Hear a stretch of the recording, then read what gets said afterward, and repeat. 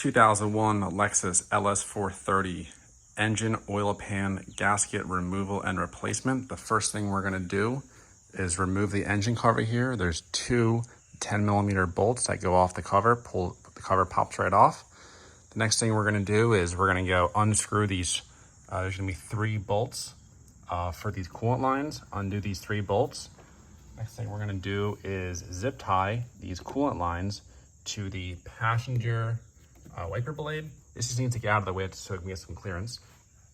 This is gonna be the driver's side engine lift point, and then the passenger side engine lift point is gonna be right here. This is it right here.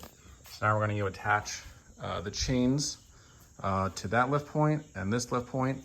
I will link in the description where I got this engine hoist bar down below. If you want to buy it through me, great. If not, no worries at all. So let's go ahead and attach the chains and go move on to the next step. One thing I did want to note with this engine bar is that, so the driver's side mount is more forward of the engine.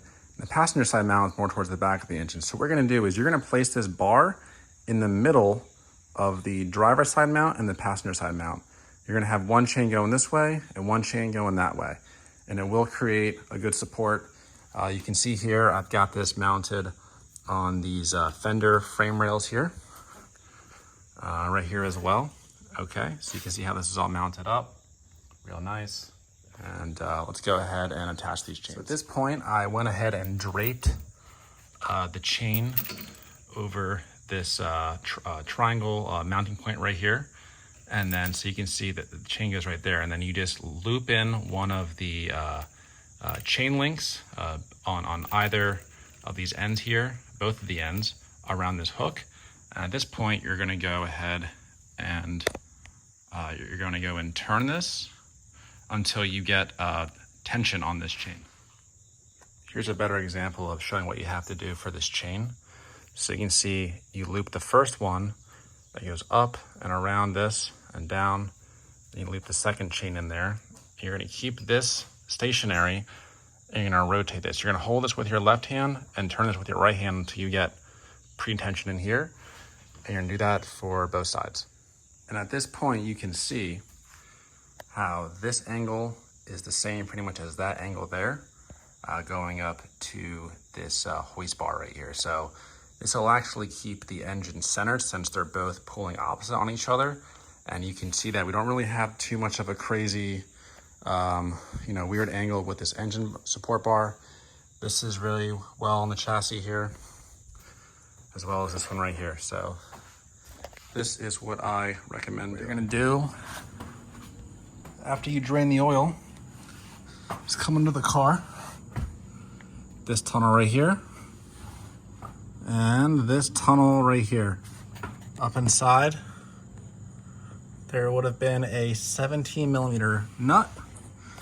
A 17mm nut, go ahead and undo this nut in there, and this nut in here. What that's gonna do, here are the nuts, these two right here. That's gonna free the engine up. Now you can lift the engine. You can either put a jack under the engine and lift it up, or you can rotate these to lift the engine.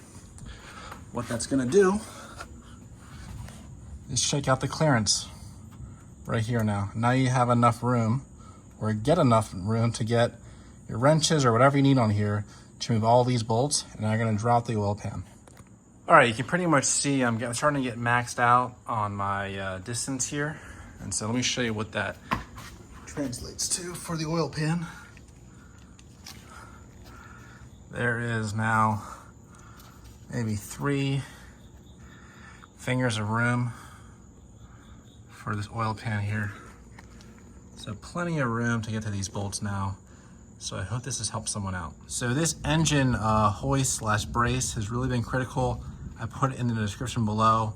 If you want to buy it through me, amazing. If not, no worries at all.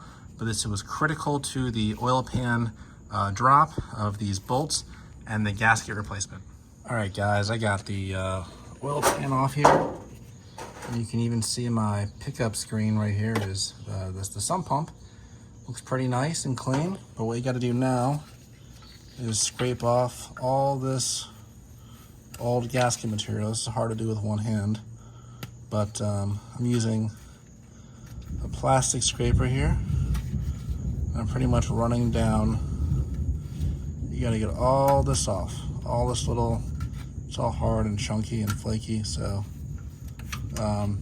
easier to do with two hands, so I'm gonna put this all away, but I'm gonna show you what you do next. Clean all this entire mating surface off.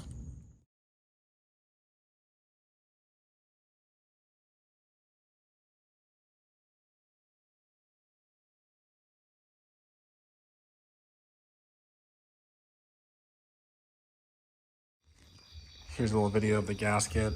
Again, you want to go on the inside of all the holes here.